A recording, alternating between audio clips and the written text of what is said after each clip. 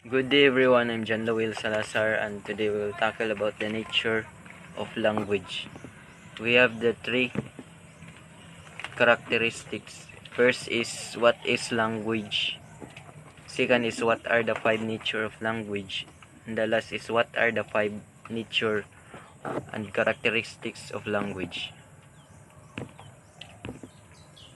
Introduction. Speech and language disorders can affect a person's ability to talk, understand, read, and write. So if ever mali ang ato madungog, mali sa mga ato masulti. Next is children may develop speech or language disorders due to conditions that affect brain development before, during, or after birth.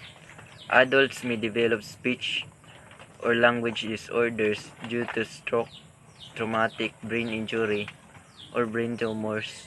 Many people with these disorders can benefit from treatment. So sa bata pa, mo pa'y pagsugod nato na og kuan no kaning pag-develop gibali og kuan speech. So sige pamalikas na lang madungog sa bata. Mo na siyang makuan hangtod pagkadako ma-develop na siya na una. Sige nang nagpamalikas kay wa naman. Mo naman ang iya sige gud nga kuan, mo na nang nakatatak gibali sa iya kuan huna-huna no.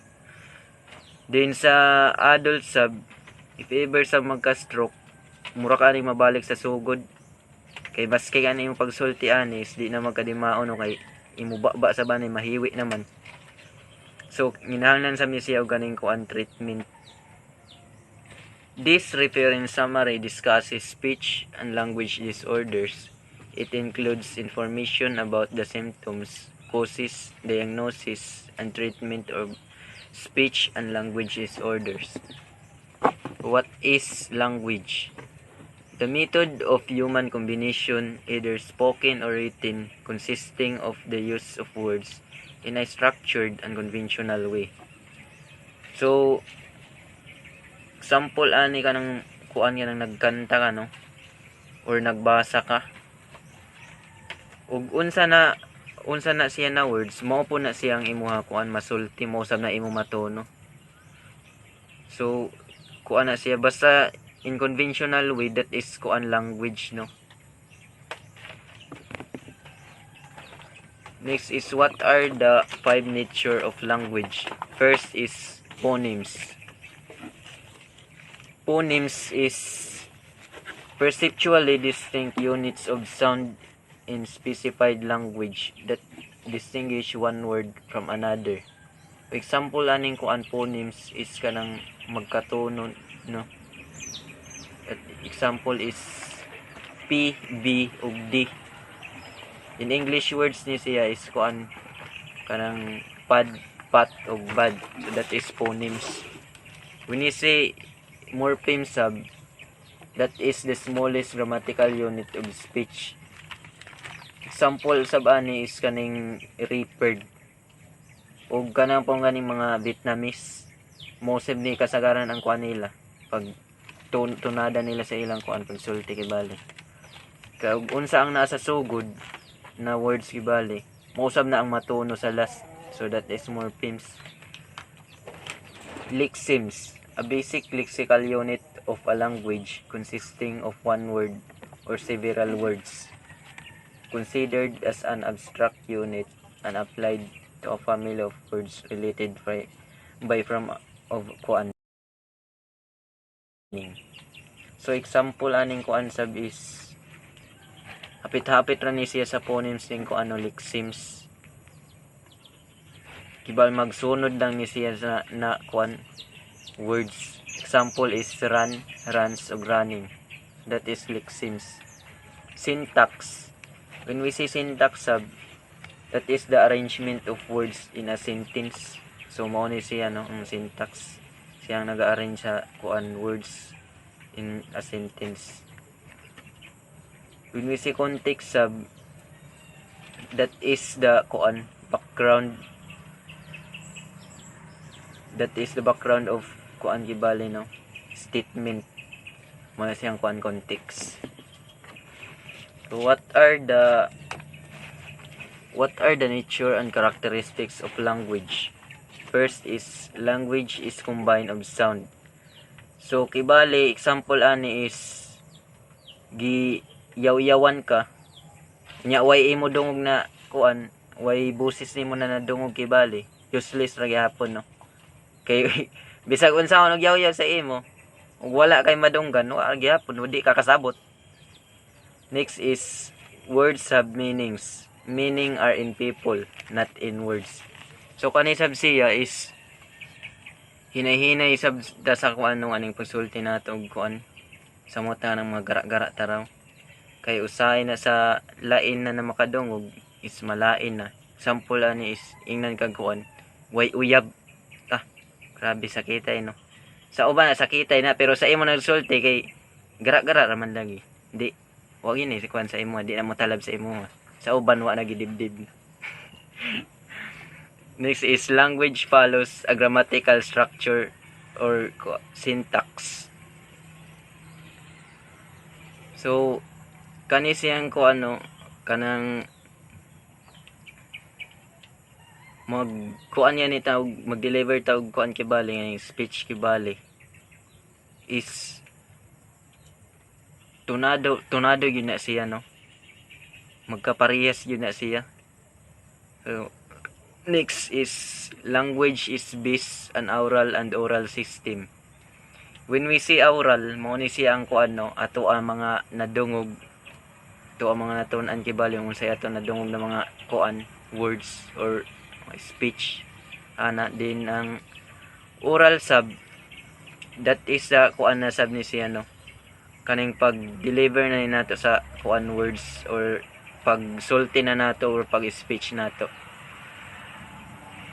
Language can die and be extinct. So kani sab siya example ani is kanang mga lagwom gani na words, like parehaan nang sa kuan kaning mga tigulang or sa mga ninuno na sa mga lulag lolo nato. Kasagaran ana is dili na nato masunod no, naga-develop daw ganing bag-o na mga kuan kibali language. Ang sa mga karaan sab naapoy na nga bilin na wala na nato ma-absan kibali, wala na nato ma-adapt kibali. Then language can be diverse. Example ani is kanang naay foreigner kibali mo ani sa Pilipinas, ang kuan kibali ani sa ning manlaag kibali mga kalaaganan diri sa Philippines. So naay ani uban words na makuan nila nang ma-adapt sa ato or kita ang makakuan sa ila kibali if ever kanang mag-abroad kibali ang kuan Pilipino or Filipino citizen kibali makaadto sa lain kuan nasod mo na siya kanang pag magsulti di nato yun malikayon makasulti taw kaning Filipino term or Filipino language. Usayang uban ana sa mutang ng mga common na mga Filipino language kibali usay ana makuan na siya ning masundong na sa foreigner. So that's all. Thank you.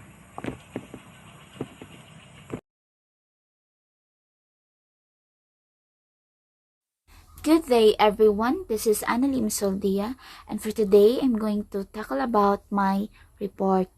So, I have here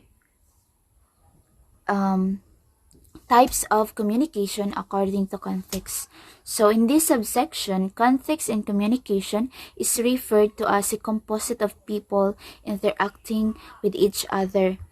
Communication may also be classified according to context. So I have here the types of communication. I have here intrapersonal, interpersonal, extended, organizational, and intercultural communication. So I have here the example of intrapersonal communication. So this picture elaborate us about intrapersonal communication. Self-talk.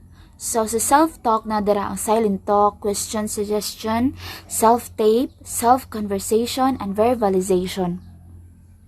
So when we say about intrapersonal communication, so nanadan tay idea no kay na way back sa to ang senior high school days, 'di ba, na topic na nato ning about intrapersonal communication. So familiar na sa atoa. Then when we say about intrapersonal sa talking oneself na siya So, the Latin prefix intra means within or inside. Intrapersonal communication then means talking to oneself. So, mata kong giingon. Some label it as self or inner talk, inner monologue, or inner dialogue. So, do you find it normal na kanang makipag-istorya mo sa iyong kagalingon? Like, makaingon sa uban na, hala, naunsa na siya? Kanang nagnamis yun something anak niya na tao. Kay nakig-istorya man sa iyong kagalingon, nagyaw-yaw ra ba? So, wa siya kabalo na. Yung imo na yung gibuhat is to boast confidence, like, imo lang i-uplift imong day na di ka makulbaan, like, kuan lang ka dapat kalma lang sa imong kagalingon. No, self-talk can be advantageous as it can enable you to practice what you ought to say in times when you lack the motivation and the confidence to speak. 'Di ba? Kung lack of motivation, nakatabang yapon ni siya na like iingon mo na ay kaya nako ni buhaton. Like, dapat imuhaning buhaton kay para sa imuhang kaugalingon, para sa kaayuhan.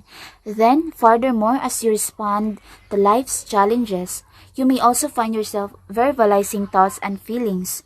So it is then important that as you introspect, you are able to improve your decision in life and likewise enhance your self-worth as a person. No, self-worth, dapat ka ng, like for example, one magic statement is, I can do it.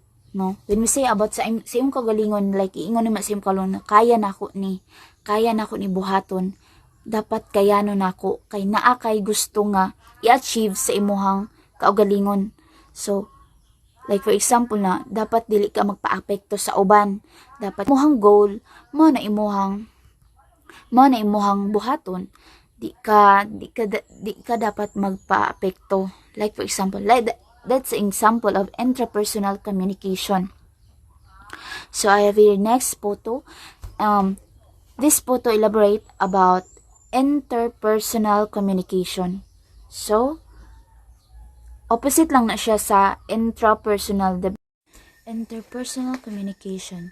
So, when we say about interpersonal communication, makauna-una dahil tao ka na. It's all about communicating with another person, like friends, meeting new friends, like kung ana. So, inter means between, among, and together. It is an ongoing, ever-changing process that occurs when one person interacts with another person, or forming a dyad. Dyad means two individuals maintaining a sociologically significant relationship. So, an interactive exchange takes place as interpersonal communication takes place. Diba kung an interactive exchange kuno takes place, so once na mag-send ka og message sa receiver sa imong gusto na sendan, dira na mahitabo ang interpersonal communication. Dira na magsugod ang inyong conversation. So, however, as it occurs, a transactional does not necessarily take place, since it can only be a simple interaction such as greetings, getting to know a person, ordinary conversation that happen between or among the interactants. So, a transaction does not necessarily takes place. So, sa isang transaction, hindi na kinakailangan na mangyari or i-apply kaysa simple lang na sa greetings like good morning. So, once the receiver na mo reply na siya, dira na mahitabo ang inyohang sunod-sunod na inyohang communication. So,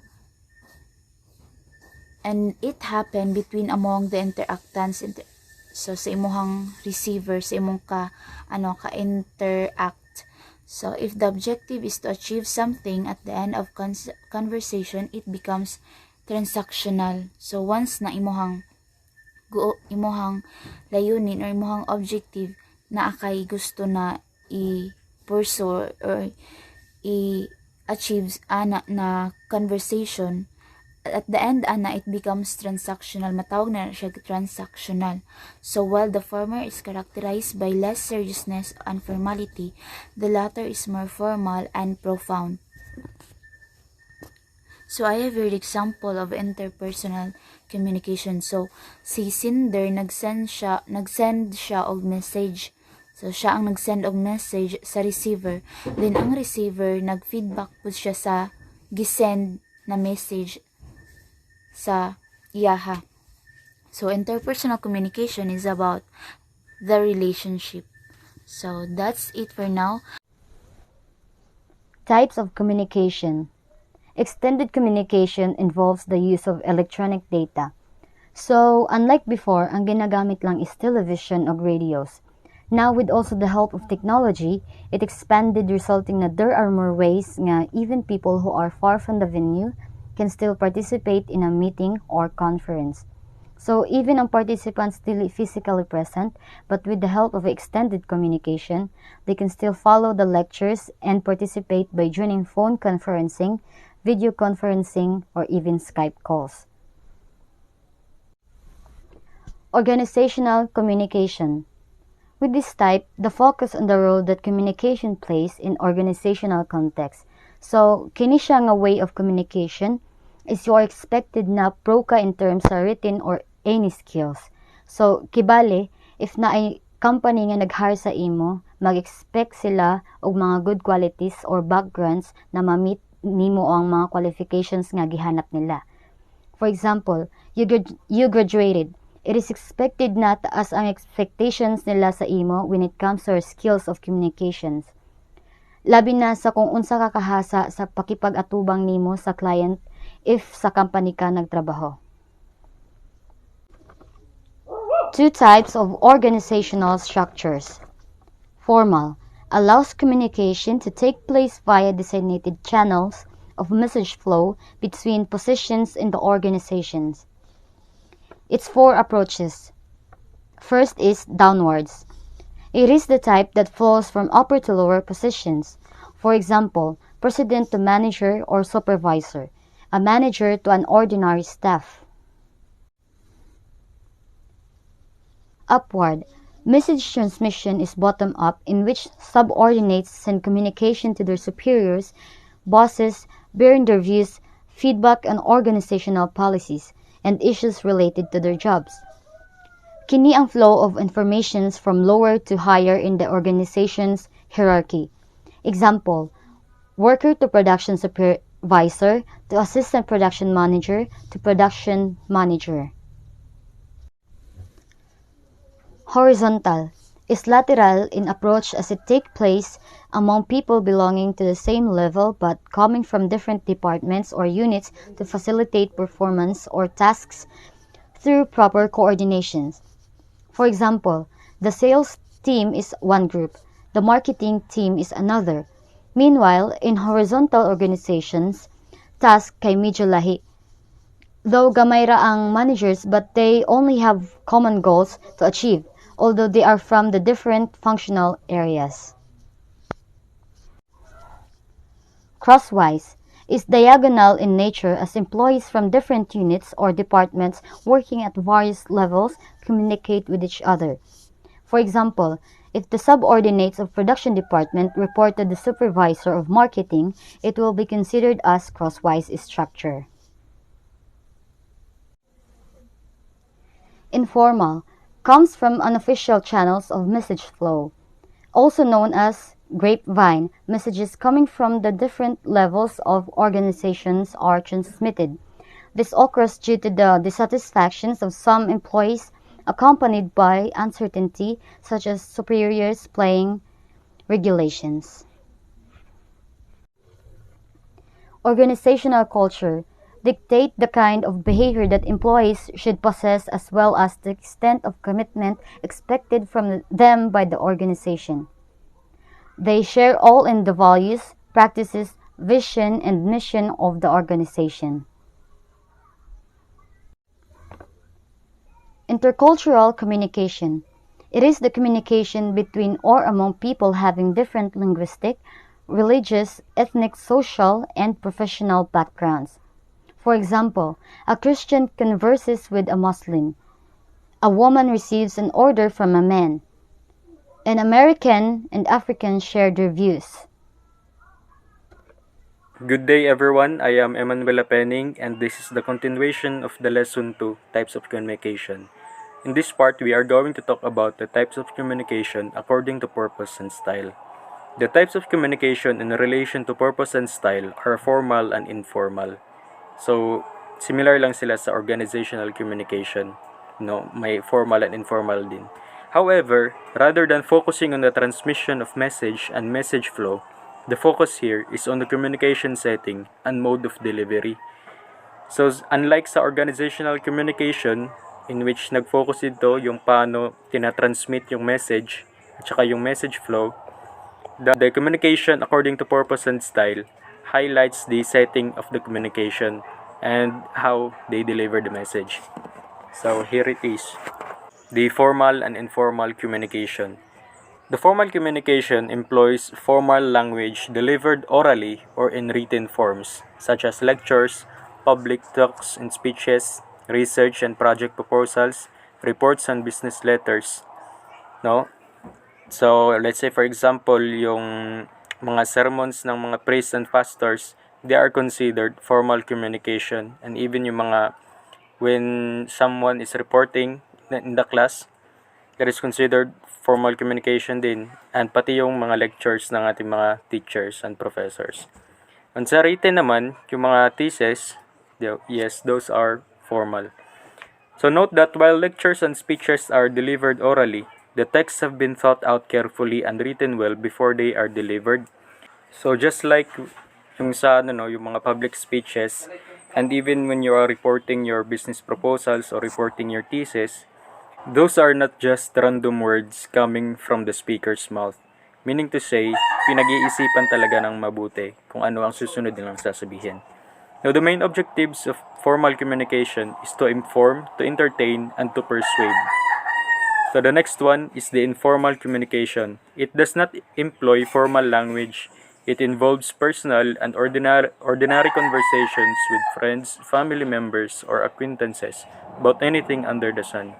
So yung sa informal, opposite talaga siya sa formal communication. Kasi yung informal communication basically, it is just a normal conversation with your friends and family or acquaintances.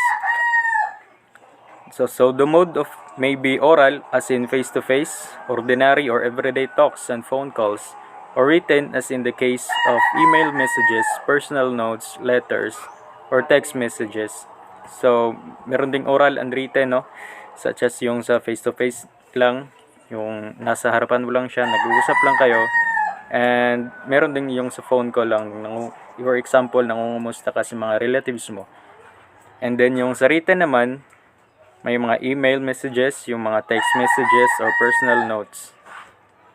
So, the main purpose of this type of communication is simply to socialize and enhance the relationship.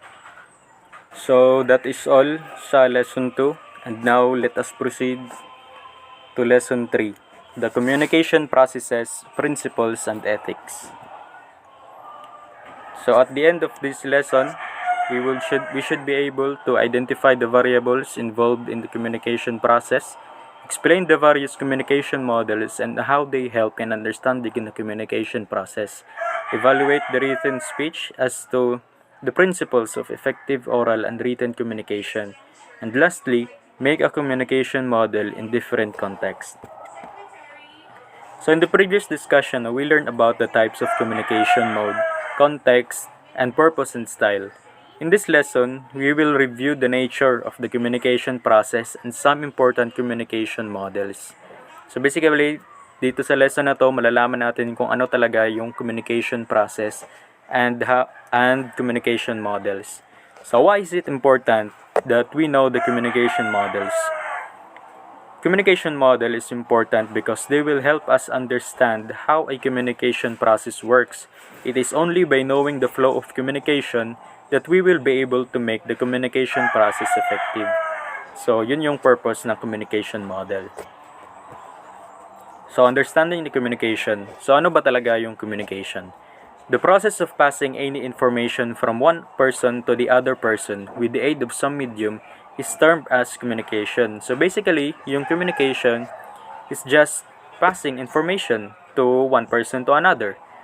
So the first party who sends the information is called the sender, and the second party who receives the information, decodes the information, and accordingly respond is called the receiver or the recipient.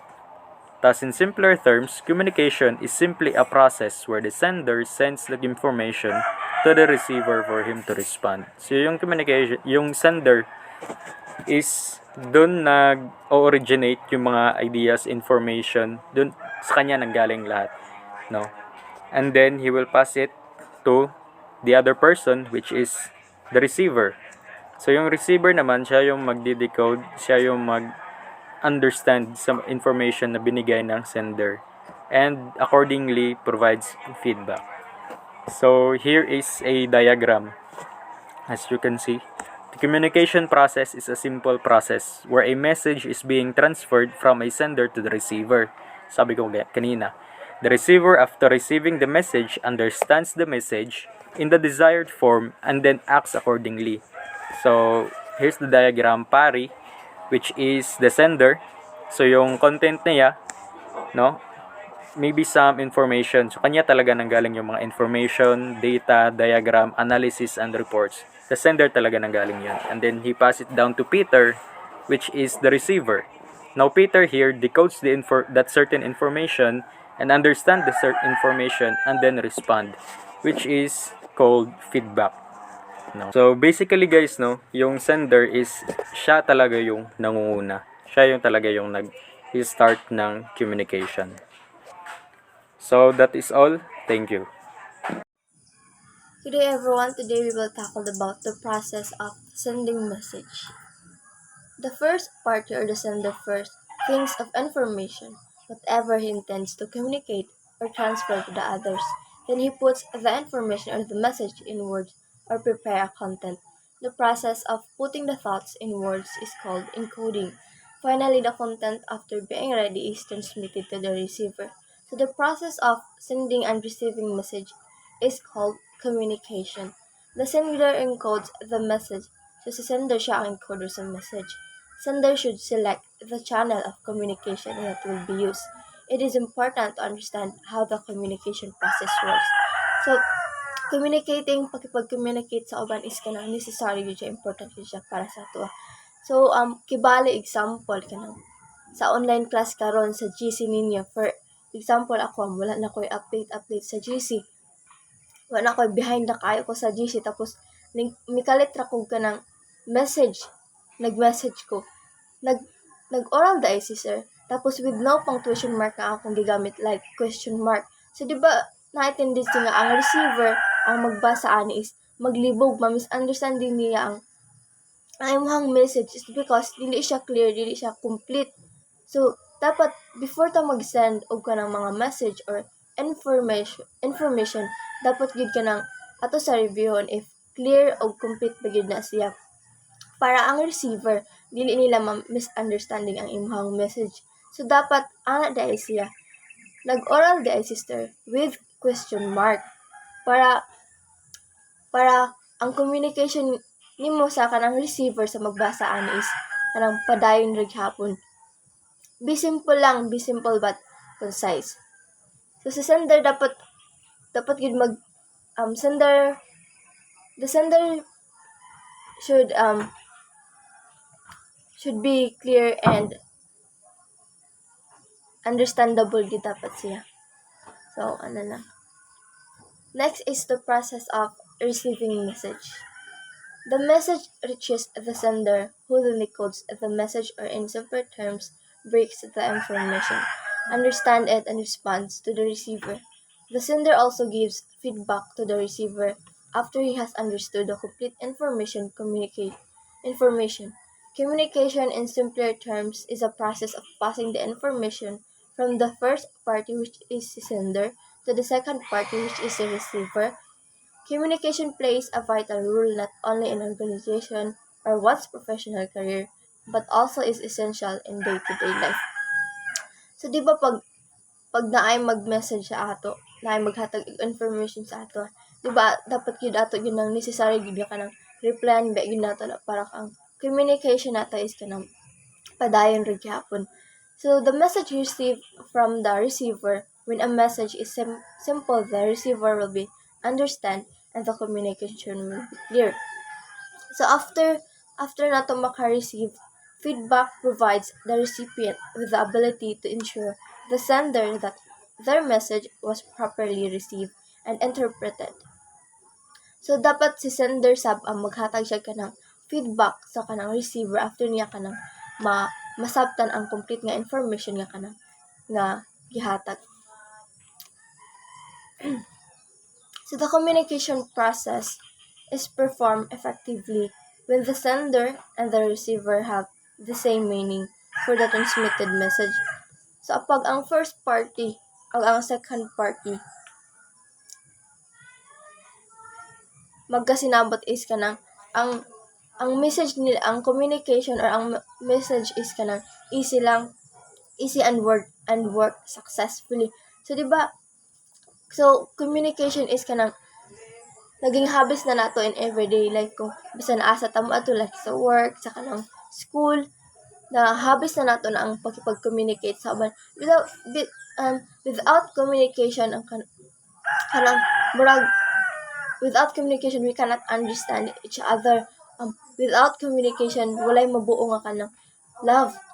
Walay mabuo nga love kung walay pakipag-communicate, kung wala tay kung dili ta makipag-communicate sa uban. So that's why communication is importante gyud siya sa atong life. So no one can stay without communication jud. So next, communication model. Communication models are systematic representations of the process, which helps in understanding how communication works can be done. So from the word systematic, sistematiko, maayos or maparaan. Models show the process metaphorically and in symbols. It is also used to understand how the receivers will interpret the message. So communication is important part of our life. It is what enable us to pass information to other people and to understand what is said to us. So pakipag-communicate sa uban is kanang ano yun siya, like natay problema tapos wala kay maistorya, napakay problema wala pa kay maistorya. So dapat gid ang pakipag-communicate sa kanang sa uban like kanang sa mga tao nga nasa imong palibot. Nindot yun siya kung naa kay kanang kaistorya sa mutag kanang nakay mga problema na kay gibati. Nindot siya kanang ipagawas nimo ang imong problema na nindot ang naa kay kaistorya kay para murag ma-feel nimo nga na-relief nimo ang kanang mga problema nga nasa imuhang dughan. So pakipag-communicate sa uban is kanang kuan gyud siya, dapat needed gid kay siya sa ato ang life, di ba? Kay gabi no boring if try og kanang wala kay kaistorya and one day lang try og kanang wala kay ka kuan istorya, nara ka sa kuan suksok, di ba? Labi ka boring, alone ka ayo ka boring imong life kung wala kay kaistorya. So dapat gyud pakipag-communicate sa kanang uban is kanang important gid kaayo. So communication have three purposes. It is to inform, to persuade, and to entertain. So next, why is it important to know the communication model? So nga importante daw nga makabalo ta sa kanang communication model. Communication model help identify and understand the components and relationship of the communication process being studied. The word communication comes from Latin word communis, which means to exchange, to share, and to convey. Communication is the process of sharing and receiving information between two or more people. It includes not only transfer of information but also transfer of understanding. So di ba without kanang communication kanang dili magkasinabot ang tanan. So di ba naay tendency nga maka-misunderstanding ta sa kanang sa uban. So in our daily life, communication play a very important role in making interaction. We are social animal. We can't live without communication. Communication is key to our daily life. Even in the everyday, di ba kanang ibinsa ka nang maglakaw ta bisan asa. Communication is kanang naging siya purpose, naging siya vital role play gud siya. We communicate with a lot of people. Our words, our body language, our hand gestures, our eye contact, our facial expression, our hand gesture has a everything has a role to play in a good effective communication. So no one can stay without communication jud. So dapat ato yung tagaan o tagaan yun nato kanang importansya ang makipag communicate sa uban. So diri alang I hope na I hope nga naamoy nasabtan gamay no. So God bless and thank you for watching. Aristotle communication.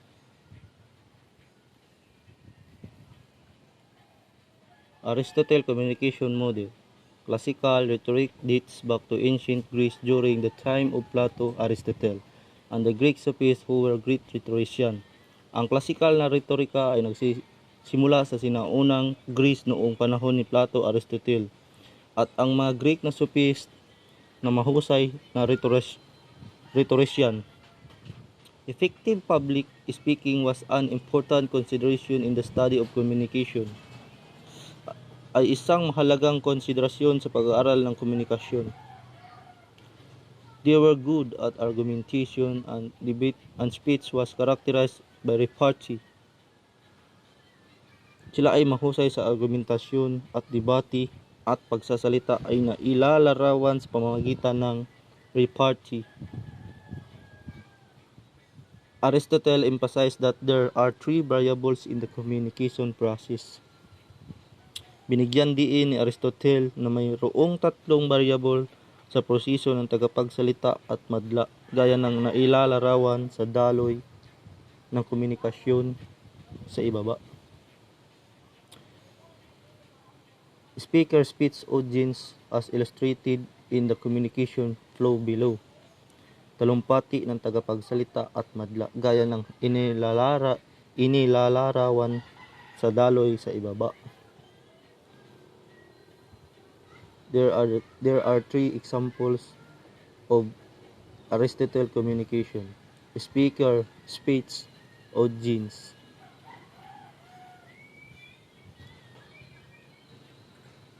Speaker. The speaker is the main figure in communication. Ang tagapagsalita ang pangunahing tauhan sa komunikasyon. Speech. The audience must believe in the speaker's ability to easily put his money where his mouth is. An example: a politician, the speaker gives a speech on a market square during an election campaign. Ang madla ay dapat maniwala sa kakayahan ng mga tagapagsalita na madaling ilagay ang kanyang pera kung saan ang kanyang bibig ay isang halimbawa ng isang politiko. Ang tagapagsalita ay nagbibigay ng isang talumpati sa isang market square sa panahon ng isang kampanya sa halalan. Audience is the person or people you want to communicate with by knowing more about them, their wants, needs, values, etc. You are able to better craft your message so that they will receive it the way you intended. These are other people you could reasonably expect to come in contact with your message. Ang madla ay ang tao o mga taong gusto mong kausapin sa pamamagitan ng pang-alam ng higit patungkol sa kanila, kanilang mga gusto, pangangailangan, halaga at iba pa. Mas nagagawa mo ang iyong mensahe upang matatanggap nila ito sa paraang nilayon mo. Ito ang iba pang mga tao na maaari mong makatwirang asahan na makipag-ugnayan o sa iyong mensahe.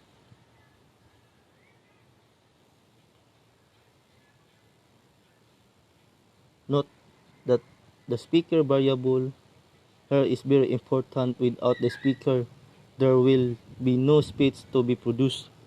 Tandaan na ang variable ng tagapagsalita dito ay napakahalaga. Kung wala ang tagapagsalita, walang magiging talumpati na gawain. Depending on the profile of the audience, that the speaker adjusts her speech. Depende sa profile ng audience, inaayos ng speaker ang kanyang speech. Some consideration for the audience demographics are age, sex, background, culture, race, religion, gender, social and economic status, and political orientation or inclination among others. Ilang konsiderasyon para sa demograpiko ng madla ay edad, background ng kasarian, kultura, relihiyon ng lahi, kasarian, katayuang panlipunan at pang-ekonomiya, at orientasyon o hilig sa politika bukod sa iba pa. Even beliefs, views, and attitude also play an important role when talking about audience consideration, since oftentimes the audience bring this with them when they code a message in any given situation. Maging ang mga pananaw at saloobin ng paniniwala ay may mahalagang papel din kapag pinag-uusapan ang pagsasaalang-alang ng madla. Kadalasan, dinadala ito ng madla kapag nagdidikod sila ng mensahe sa anumang particular na sitwasyon.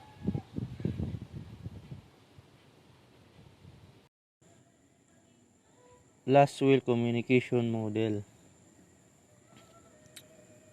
In 1948, Harold Dwight Laswell described communication as being focused on the following: who says what, in which channel, to whom, and with what effect, as seen in the model below.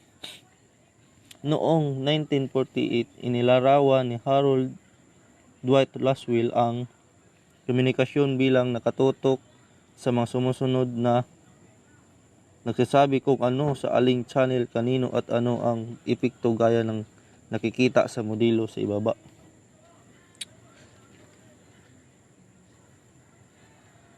Laswell Communication Model. Who? Communicator. Communicator o tagapagsalita.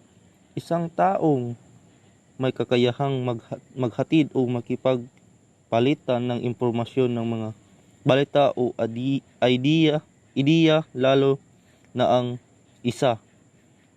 Sino ang magaling magsalita o may kasanayan? Message o mensahe. Isang pandiwang nakasulat o naitalang komunikasyon na ipinadala o iniwan para sa isang tatanggap na hindi direktang makontrata. Medium o daluyan. Ang medium sa komunikasyon na isang sistema o channel kung saan nakikipag-usap ang isang tagapagsalita o manunulat sa kanilang tagapakinig. Receiver. Ang receiver ay ang taong nakakakuha ng mensahe at subok na maunawaan kung ano talaga ang gustong iparating ng nagpadala, at pagkatapos ay tumugon ay naunawaan.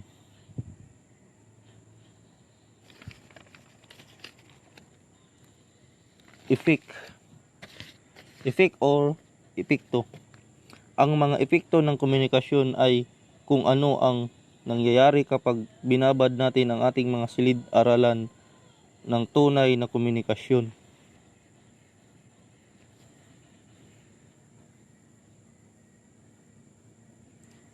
The whole process of communication begins with the communicator who sending out a message what using a medium, in which channel for a receiver to whom experiencing an effect, 9 with what effect afterwards.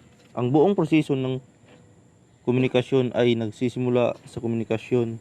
Sino nagpapadala ng mensahe, ano gamit ang isang medium, kung saang channel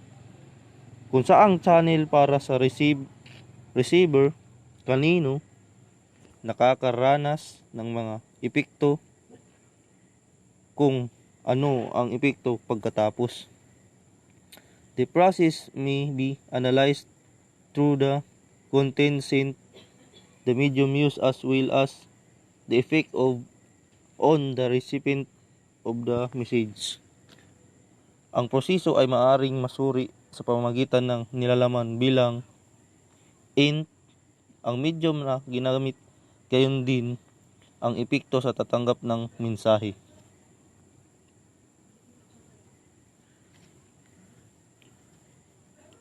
While this model is similar to Aristotle in the sense that both are linear and have the same components, Laswell also differs in that there are 5 variables involved with the addition of 2, medium and effect. Habang ang modelong ito ay katulad ng kay Aristotle sa kahulugan na pareho ay linear at mayroon ang parehong mga bahagi, ang Laswell ay naiiba din na mayroong 5 variable na kasangkot na may ang pagdaragdag ng daluyan at epekto.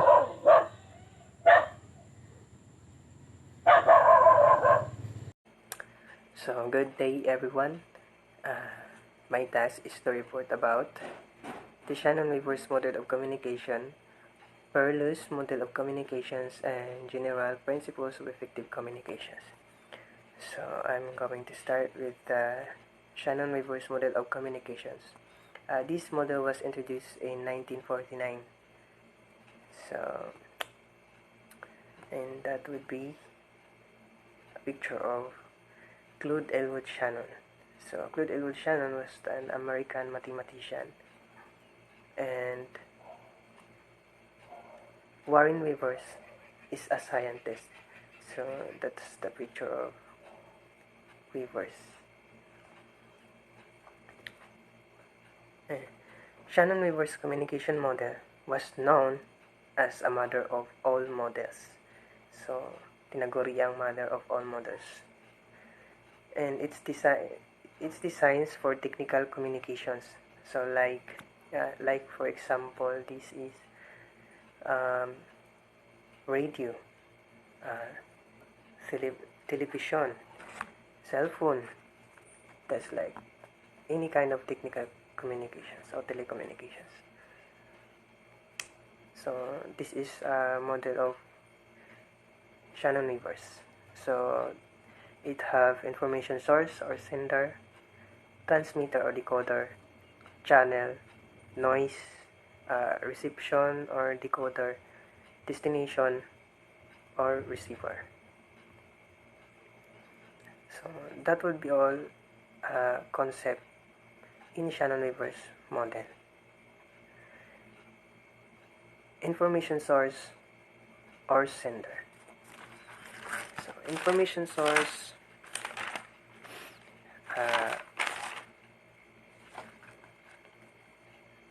or sender is the person who makes the message choose the channel sent the message. So sender is the one who makes the message. Next of the sender is transmitter or decoder. So transmitter was the sender who used machine which convert message into signal or binary data. Next is the channel. Channel is the medium used to send message, so like the phone. Next of the channel, reception or decoder. So reception is the machine used to convert signals or binary data a message for the receiver who translate the message from signals. So, siya yung nagde-decode ng mensahe galing sa sender. So, this stage na yun. So, next is the destination or the receiver. So, receiver is the person who gets the message or the place where the message must reach. The receiver provides feedback according to the message. So, literally, pupunta naman talaga yung mensahe sa recipient ganun, sa receiver. So, yung receiver yung tatanggap ng mensahe galing sa sender. So, noise, that is an example of noise, is the physical disturbance like environment and people which does let the message get to the receiver as what he said.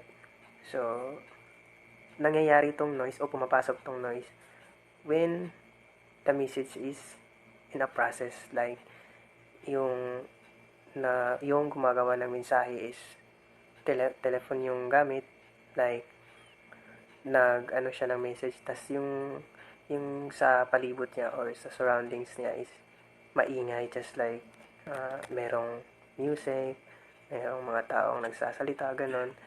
Diyan pumapasok yung noise when the message is processed. So, next. So, this was the advantages and disadvantages of the Shannon Wavers model of communication. So, advantages is this model takes communications as two process. It makes the model applicable in general communications. So, yun yung advantages niya. And disadvantages is misleading, mispresentation of the nature of human communications. Berlow's model in communications. So, that was Berlow's picture lang pala kasi isa lang. Sorry. So, David Kenneth Berlows wrote the book, The Process of Communications. His model includes verbal and non-verbal communication. So, sumulat siya ng book, That Process of Communications, and yung model na ginawa niya is includes verbal and non-verbal communications. So, yun yung advantages. Berlow's SMCR model of communications. So, it have source, message, channel, and receiver. So, source, meron siyang content, or yung source, meron talagang communication skills, attitude, knowledge, social system, and culture. So, yun yung characteristic ng source. And sa message naman, meron siyang content, elements, treatment, structure, code. And channel, hearing, saying, touching, smelling, tasting. And sa receiver, communication skills, attitudes, knowledge. This is my example about the Berlow's model of communication. So, we have source, channel, message, receivers, feedback. And yung source is yung taong nakatayo dyan. Siya yung speaker in the example. So, 4-factor SMCR model. So, first is source. Transferring informations to the receiver after putting his thoughts into words. So, paano ba ipahayag or sa anumang paraan para maipahayag ng speaker or ng sender yung kanyang mensahe to the recipient. So, it is done with the help of skills, attitude, knowledge, social system, and culture. So, di naman talaga mabubuo yung mensahe kung wala kang skills or attitude, knowledge, o wala kang knowledge, ganun. Di ka makakabuo ng isang concise na message. Next is message. It converts the thoughts in message, and the process was called encoding. So, kino-convert mo yung thoughts into message. So, yung tawag doon is encoding. So, next, channel. it refers to the medium of how the information flows from the sender to receiver, and all the five all the five senses are the channel which help human beings to communicate with each other. So, yung channel, it refers to the medium of how the information flows. So, ito yung ginagamit para yung information is mapasa. Ganon. So, with the help of the five senses, the information will be passed. For example of this is our mouth. So, through our mouth, we can talk or said our message to the receiver. So, by that, malalaman o mapapasa natin yung mensahe sa mga recipient natin, ganon. So, next is receiver. Receiver is the message reaches the receiver. He tries to understand what the listener actually wants to convey and the response accordingly. So, receiver. Sila yung tatanggap ng mensahe, ganon. Tas, sila yung mag-understand or ko-comment kung ano yung sinasabi ng speaker. Advantages and disadvantages of the Purposive model. So, advantages, the message of the sender is clear and there is no confusion. It reaches to the audience straightforward. So, totoo naman talaga. Kasi, yung kay Burlos is yung harap-harapan talagang communication. So, ang disadvantages nito, there is no concept of feedback, so the effect is not considered. So, Shannon reverse model and Burles model of communication have a different sense. So, kay Shannon reverse model of communications, it is a two-way of communication, and kay Burles model is one-way of communication lang. So, yun yung differences nila. So, we proceed to the general principle of effective communication. So, first, know your purpose in communication. So, or to inform, to entertain, or to persuade. So, pinakauna talaga is, yun nga, you must know your purpose. So, for example, for entertainment lang, yung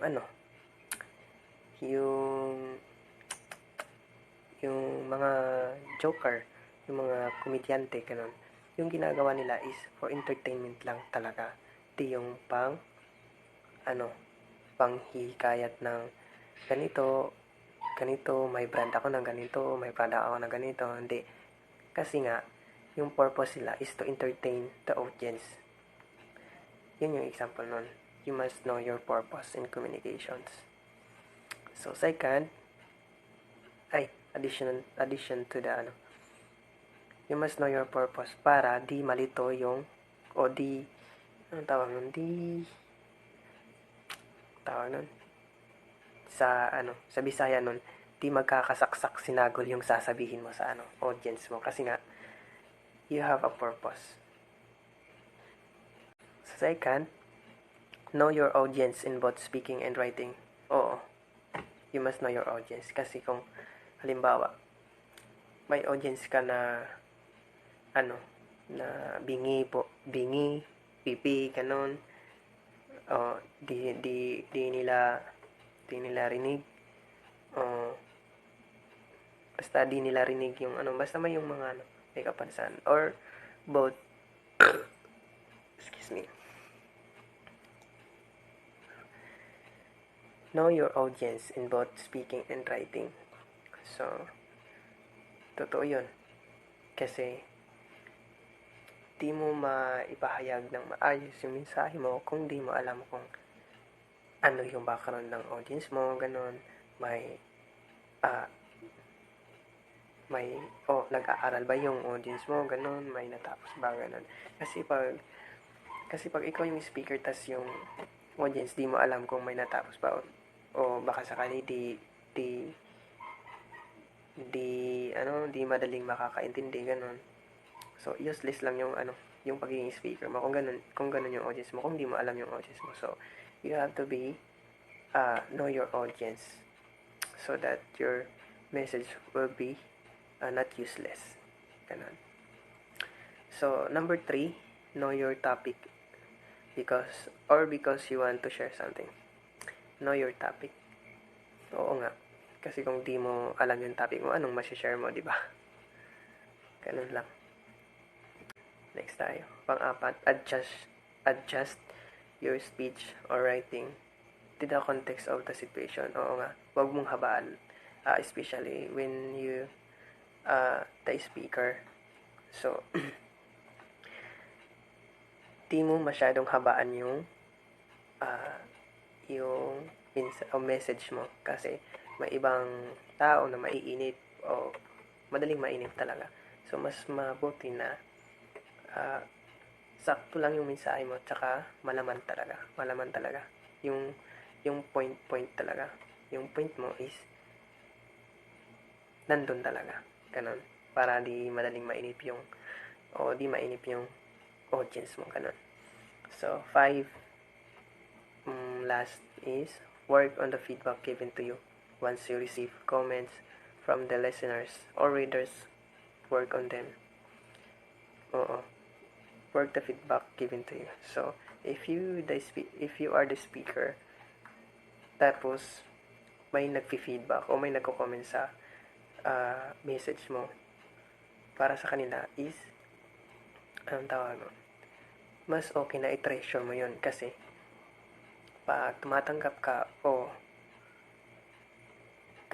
nga ng comments galing sa mga audience, ganun, may posibilidad na mas ma-improve mo yung pagiging speaker mo or sa susunod, mas ma-deliver mo yung message mo ng maayos kasi nga you know the comments of the audience na ganito, ganyan, ganon. So that would be all. Thanks for watching, guys. Basta, yun lang. I'm Isaiah Siko and thank you. Hi everyone! So for today's discussion, we are going to talk about the principles of effective oral communication. So there are actually 5 principles of effective oral communication that should be observed. First is, be clear with your purpose. Be clear with your purpose, meaning to say, you should know by heart kung unsa imuhang objectives in communicating. Second is, be complete with the message you deliver. Make sure that your claims are supported by facts and essential information to prove that what you're telling is not a false information. Kaya diba, once ka nang magstoryata and then maghatag-tag facts, maghatag-tag ka ng sources, kay diba ka nang ma-prove na to nga, ay wala ta nagstoryag char-char lang, ignana, because we have evidence that will support our claims nga katong atong mga gistorya is tinuod to siya. Natay mga sources, like for example, according to chu blah blah blah, ignana. The third is, be concise. You do not need to be worthy with your statement.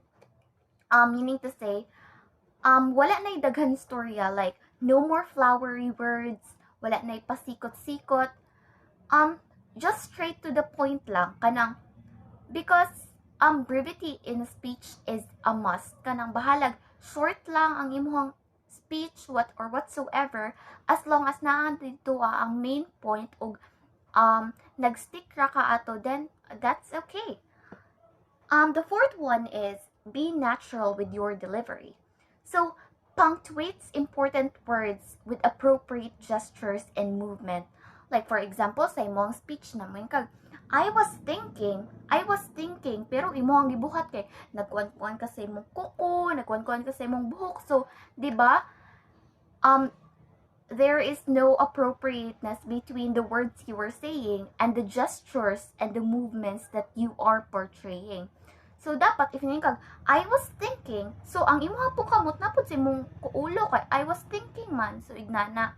And then, in addition, even though you feel or you're feeling that you are not that confident enough, still you need to exude a certain degree of confidence. Kay, dira man good ma-engage, dira mainganyo, dira mas maganahan, maminaw ang mga audience, dira nimo sila kanang mas kanang mainganyo na maminaw sa imuha because makita nila nga ay kani confident ni siya, ay kani dili siya maulawon ignana. And the last one is be specific with your feedback. Because when you provide inputs on time, then it will have a huge difference. It will be very, very helpful. So the next one that we are going to tackle about is the principles of effective written communication, the 7 C's.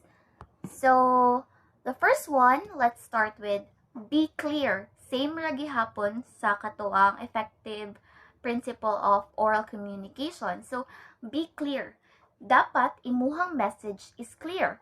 You should always be guided with your purpose in communicating para dili malihong imong mga ideas at as what I have said earlier, dapat kabalo na ka sa imuhang purpose, di ba? Para dili na ka kanang kabalo na ka kung asa ka padulong ignana. Asa padulong imong ideas, asa padulong imuhang kanang thoughts ignana kay tungod na namang kay objectives, na kay purpose. And then the second one is be concise. Be concise. Do not run around the bush, meaning to say, ayaw na pagdaghan storya, dapat straight to the point.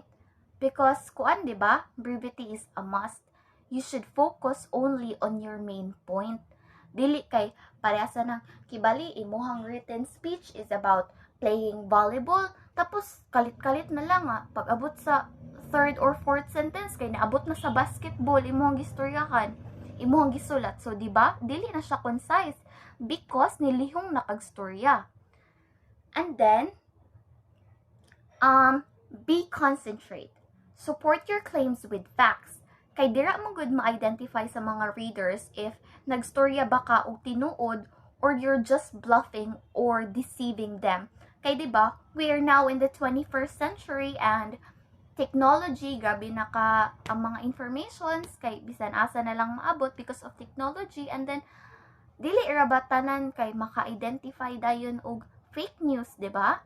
So, ang isa ka reader, if makakita siya nga ay na siya mga claims, na siya mga supporting ideas, na siya mga sources, na siya according to ignana. So makita nila nga ay kani tinuod niya gistorya, ay kani kuan ni kaning dili ni char lang kay na siya mga sources kung asa gikan ang information ignana. Next is be correct. It is important that you observe grammatical correctness in writing. For example, magsulat ka, di ba? Di ba na-difference sa you are nga Y-O-U-R-E, tas na-apostrophe sa Y-O-U-R lang. So, di ba, bisag ka na, magkamali ta na yung mga tao nga maglisod pag buhat og sentence using kana na mga words, di ba? So, see if kibali mamali kag sulat ingana imbis na you are imo gibutang kay your. So, dako siyang impact sa imuhang sentence, so ma-distract imuhang reader. Next is be coherent. When you convey a logical message, dapat those ideas should be connected to each other and related lang sa topic. Dili kay lahi-lahi imuhang dili kay isa ra kag topic pero imuhang mga supporting ideas kay dili mao. So, di ba? Walay consistency. Walay kanang connectivity sa imuhang idea, sa imuhang topic, di ba? Sa imong mga supporting details. So, wala na, pangit kaayo. And then, be complete. So, try placing yourself in the shoes of the audience who is always interested to receive a new information. Diba? Di jud ta gusto na hanging ang thoughts. Gusto ta nga daghan tag information na mag-gather ana nga written material chuchu. So, that is why if you will become the writer, then you must include all the necessary and relevant information para imuhang audience wala na ilain pangitaon kay syempre nakasaad na tanan, nakasulat na tanan. So what else? Unsa pa man nilang pangitaon, di ba? So the last one is be courteous. So if you are writing, your tone must be friendly. You should avoid like overtone, undertone para ma-eliminate ang confusion sa imuhang readers o para dili sad nila ma-misinterpret kung unsa imuhang gisulat. So, maora to siya ang sa effective written communication. And the last topic that we are going to talk about is the ethics of communication. So, we must be guided with the following to achieve ethical communication. So first is, magsugod ta sa unsa man ang communication ethics. So communication ethics emphasizes that moral influence the behavior of an individual, group, or organization, thereby affecting their communication. For instance, ang isa ka kumpanya na ay an ethical communication practice. Like, unethical meaning to say that they are performing morally wrong business practices such as failing to pay the amount of money that is owed to their employees para sa GSIS o SSS na dapat ikaltas ra sa sweldo nila. Unya, what if that certain company kay gikaltasan na inyuhang sweldo pero wala day sila naghatag sa GSIS o sa SSS, so dako yung problema, di ba? Unlike sa company nga ga-observe og ethical practices na if tigbayad na i-remit na dahil ang monthly contribution sa ilang employees, so di ba dako og difference? That is why it is important to know that one's behavior should be regulated by honesty, decency, truthfulness, sincerity, and moral uprightness. So, first is establish an effective value system that will pave way for the development of your integrity as a person. So, remember na one's behavior and decision-making style affect the operation of an organization. Pariha ng kibali, ikaw ang CEO, ikaw ang manager, ikaw ang tag-iya sa business. So, di ba ikaw ang masunod? So, dapat maayo ka mo decide kay imuhang decision sundon sa tanan nimong trabahante. That is why you should consider making thorough decision making before ka mag-disclose o kanang information like may kanang para you should know if kana ba nga decision is sakto para sa company nimo or dili. Kay syempre ikaw man ang masunod, dapat kabalo ka kung unsay tama sa tinuod, inana. So provide complete and accurate information. So kibali isa ka kanang sales lady, inana, tas tig-compute pug ka, tig-sulat pug ka, ikaw ang giasahan sa imuhang amo. So kanang whether kinahanglan siya or dili, tanan dapat nimo data nga i-report is dapat kanang imong gina-provide nga data is correct. Og dili nimo doktoran like pareha sa atoha katong sa GMARS naman to issue sa GMARS good na. Ang katong cashier nila is kibali if kanang naay kanang maghimo na sa mga resibo kay iya gid daw tanggalang isa ka zero ignana ang mga resibo, so makakwarta siya ignana. So dapat dili ka ignana, dapat imuhang gina-provide na data kay dapat correct lang gyud, kanang always the truth lang. And then the last one is disclose vital information adequately and appropriately. So ayaw tagui ang mga information that are necessary for purpose of transparency. tanan dapat isulti nimo, even the smallest details, unless, di ba, unless there is a need for confidentiality, then diha dili magsaba ana nga information, di ba?